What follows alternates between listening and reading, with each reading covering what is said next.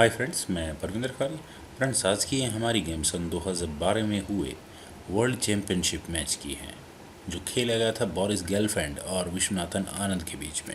अगर फ्रेंड्स आपको वो वर्ल्ड चैम्पियनशिप याद है तो आपको ज़रूर याद होगा कि वहाँ खेले जाने वाले 12 मैचेस के बाद दोनों खिलाड़ी विश्वनाथन आनंद और बोरिस गेलफैंड 6-6 पॉइंट्स के साथ बिल्कुल इक्वल थे। लगभग 6th राउंड के बाद तक तो सभी गेम्स ड्रॉ हुई थी, लेकिन 7वीं गेम में बोरिस गेलफैंड ने विश्वनाथन आनंद को कन्विंसिंगली हराया था। लेकिन अगले ही राउंड में विश्वनाथन आनंद ने हिसाब चुकता कर दिया और 12वें राउंड तक लगभग सभी मैचेस ड्रॉ होते रहे थे।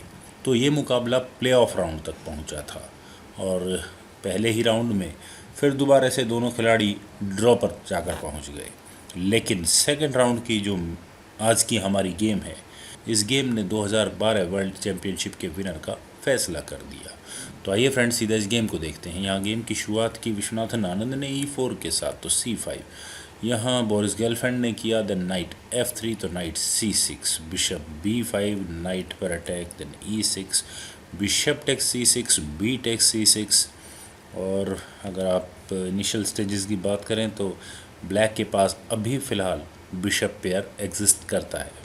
वाइट वो लिबर्टी यहाँ लूज कर चुका है, B3, then E5, knight takes E5। और फ्रेंड्स, ये मूव मैं काफ़ी रिस्की मानता हूँ and specially in rapid game, लेकिन शायद विश्वनाथन आनंद इस तरह से खेलना ज़्यादा पसंद करते हैं। मैंने उनकी कई गेम्स देखी हैं इस मूव के साथ। यहाँ ब्लैक का ऑब्वियस मूव क्वीन E7 और सीधा इधर इस नाइट पर अटैक।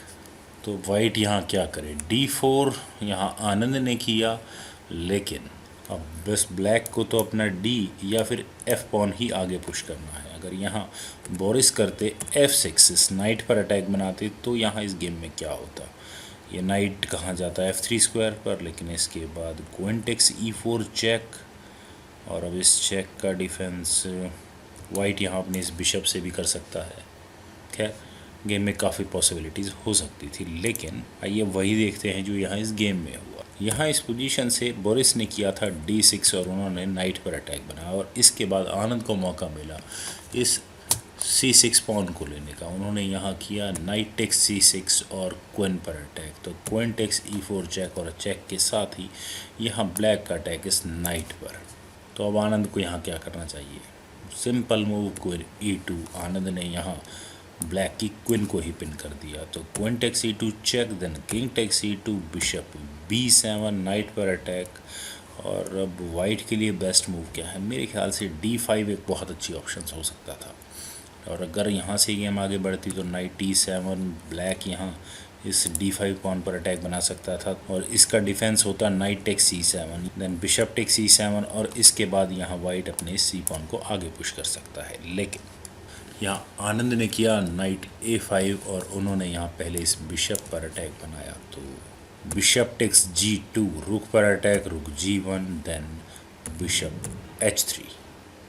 फ्रेंड्स, यहाँ ये बिशप H3 स्क्वायर पर ना जाकर शायद E4 स्क्वायर पर भी अच्छा वर्क कर सकता था, लेकिन खैर D takes C5, D takes C5, then knight C3, और इसके बाद यहाँ ब्लैक ने कैसल किया लॉन्ग साइड, देन और इस मूव के बाद यहाँ आनंद का किंग काफ़ी बड़ी मुसीबत में फंस गया है, काफ़ी हद तक ओपन किंग आप इसे कह सकते हैं।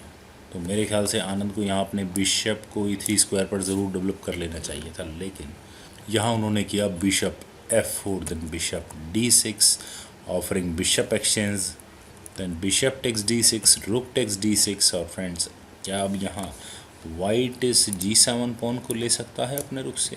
बिल्कुल ले सकता है। अगर यहाँ वाइट करे रुक टेक्स G7, तो नाइट H6, ओके, ब्लैक यहाँ इस F7 पॉन का इस तरह से डिफेंस तो कर सकता है, लेकिन रुक G3, ओके, मेरे ख्याल से वाइट को थोड़ा बेनिफिट तो होगा ही।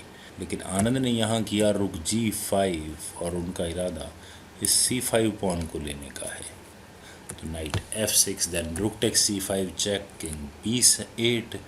और अब आनंद क्या कर सकते हैं, व्हाट अबाउट नाइट B5, इस अटैक को और ज़्यादा प्रेशराइज करने की कोशिश करें तो रुक D7, this might be an option. But यहाँ आनंद ने किया नाइट C4, उन्होंने यहाँ पहले इस रुक पर अटैक बनाया, तो रुक E8 चेक, तो नाइट E8, और यही एक अच्छा तरीका हो सकता था इस चेक को रोकने का। बोरिस ने यहाँ किया नाइट G4, इधर E3 स्क्वायर पर प्रेशर को बढ़ाया, तो knight at C goes to D5, और अब यहाँ ब्लैक क्या करे, नाइट टेक्स H2 पॉन ले, लेकिन रुक H1 करने के बाद ये सिचुएशन शायद ब्लैक के लिए इतनी अच्छी नहीं रहेगी। ब्लैक यहाँ करेगा बिशप G2, तो rook takes H2, then bishop takes D5, और इस तरह यहाँ ब्लैक मेटल एक्शंस को बिल्कुल इक्वल रख पाएगा। लेकिन बोरिस ने यहाँ अभी इस H2 पॉन को नहीं लिया, उन्होंने यहाँ किया knight takes E3, then knight takes E3, bishop G4 check, तो F3, वापस बिशप पर अटैक, तो बिशप C8, देन रुक E1, रुक H6, रुक H1, H2 पॉन पर डिफेंस। और अब यहाँ ब्लैक क्या कर सकता है, बिशप B7 भी एक अच्छी ऑप्शन हो सकती है, यहाँ एक काफ़ी डेडली अटैक हो सकता है ब्लैक के लिए। लेकिन यहाँ ब्लैक ने किया रुक eight H goes to E6, उन्होंने यहाँ पहले इस E3 नाइट पर प्रेशर बनाया, तो इसका defence rook C3, then F5, और ब्लैक की प्लानिंग इस F पॉन को आगे पुश करके इस पिंड नाइट पर प्रेशर को और भी ज़्यादा बढ़ाने की है, तो king D2, then F4, night D5, G5, रुक D3, रुक E2 चेक, किंग C1, और अब क्या यहाँ ब्लैक अपने बिशप को B7 स्क्वायर पर लाकर कुछ एक अच्छा गेम खेल सकता है, माइट भी। लेकिन ब्लैक ने यहाँ किया रुक F2, और उनका इरादा अपने रुक्स की बैटरी इस सेकंड रैंक में तैयार करने का है। लेकिन उससे पहले आनंद ने यहाँ किया H4, तो rook at E goes to E2, black ने अपनी प्लानिंग के साथ काम किया, तो वाइट का defence rook C3, then bishop B7, knight पर अटैक, तो रुक D1 अपने नाइट पर डिफेंस किया, then G takes H4, knight takes F4, then rook E8, ताकि वाइट यहाँ कहीं एकदम किसी तरह की चेकमेटिंग थ्रेट ना क्रिएट कर दे। रुक H1, H4 पॉन पर अटैक, तो अब यहाँ ब्लैक क्या कर सकता है, बिशप टेक्स F3, लेकिन इसके बाद रुक टेक्स H4, देन रुक E4, ओके।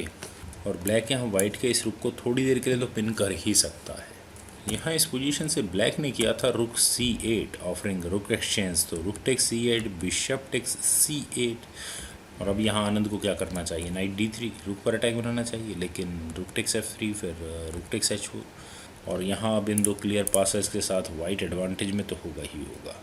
खैर यहाँ आनंद ने किया था rook takes H4, then bishop F5, अपने H7 पॉन पर डिफेंस, देन रुक H5, बिशप पर अटैक, तो बिशप टेक्स C2, रुक B5 check, king A8, then night D5, और आप कह सकते हैं कि अगले मूव में चेकमेट की थ्रेट।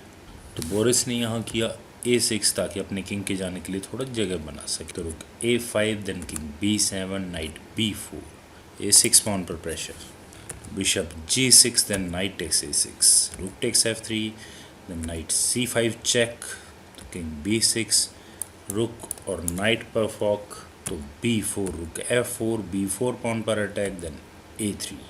और फ्रेंड्स, क्या अब यहाँ ब्लैक को अपने रुक को वापस सेकंड रैंक में नहीं लेकर आ जाना चाहिए था, ताकि वाइट का किंग ये आगे ना बढ़ सके। लेकिन यहाँ ब्लैक ने किया रुक G4, तो king D2 H5, knight D7 check, तो king B7, then knight E5, rook और बिशप पर फॉक। और अब यहाँ वाइट के लिए अच्छा ही है कि वो जल्दी से जल्दी यहाँ मटेरियल इक्वल करे और अपने इस लीड को क्वीन में कन्वर्ट करने की कोशिश करे। रुक G8 चेक, और अब ये किंग कहाँ जाए, E3 स्क्वायर पर। क्या वाइट को अपने किंग को H फाइल के ज़्यादा से ज़्यादा नज़दीक ले जाने की कोशिश करनी चाहिए थी, माइट भी।